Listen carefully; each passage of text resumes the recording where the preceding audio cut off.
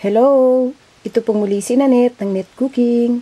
Ngayong araw na ito ay magluluto po tayo ng pinangat na isda. At ito po ang mga kailangan natin sa pagluluto. Meron tayo ditong isda, then tomatoes, ginger, salt, green long chilies or banana pepper. Then ang gagamitin po nating pang-asim dito ay yung sinigang broth. Kung okay sana, ang talagang ginagamit dito ay yung kamyas or yung hilaw na sampalok. Kaya lang, wala akong mabili dito, kaya substitute, ito na lang sinigang broth. Then, kakailanganin din po natin dito ng water. Okay, napakasimple lang pong recipe nito. Umpisahan na po natin.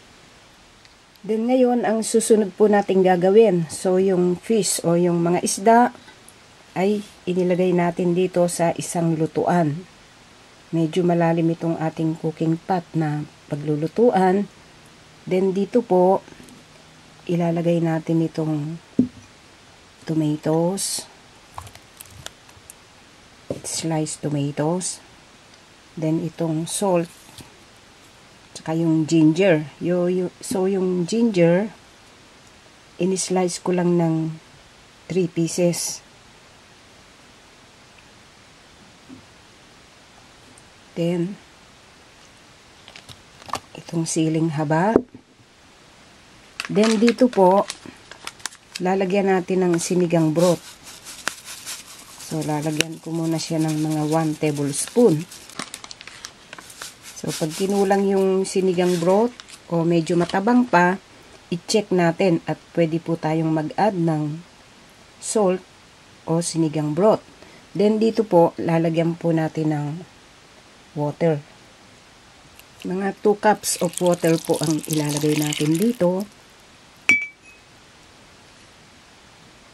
Then, lagyan po natin ng cover. Then, ito po ay lulutuin natin sa medium heat. Okay, simmer natin hanggang sa lumabas yung lasa ng pinangat na isda. Then ngayon, after 10 minutes, i-check po natin itong ating nilulutong pinangat na isda.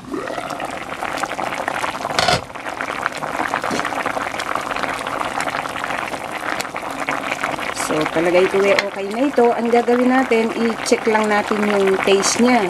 Kung ano pang dapat natin ilagay. Mag-add tayo ng salt or yung sinigang broth. Okay. Then, ang gagawin po natin, lagyan natin ulit ng cover. Then, hinaan natin yung apoy. Then, simmer pa natin ito ng mga 5 minutes sa low heat. So, mahina lang yung apoy. Kung baga, parang iniinin lang natin itong ating pinangat na isda. Then, pagkatapos, pwede na po natin itong iserve at kainin. Then, ngayon, after 5 minutes ng pag-simmer natin sa low heat, so, palagay ko okay na ito. Kung baga sakalin, ininin lang natin siya. Then, ngayon, i-turn off na po natin yung heat. Then, pwede na natin itong iserve at kainin. Then ngayon, ito po ang kinalabasan sa pagkakaluto po natin sa ating pinangat na isda. Sana po nagustuhan nyo ang pagkakaluto po natin sa reseping ito. Marami pong salamat. Ito po muli si Nanette ng Net Cooking. Thanks po. Bye!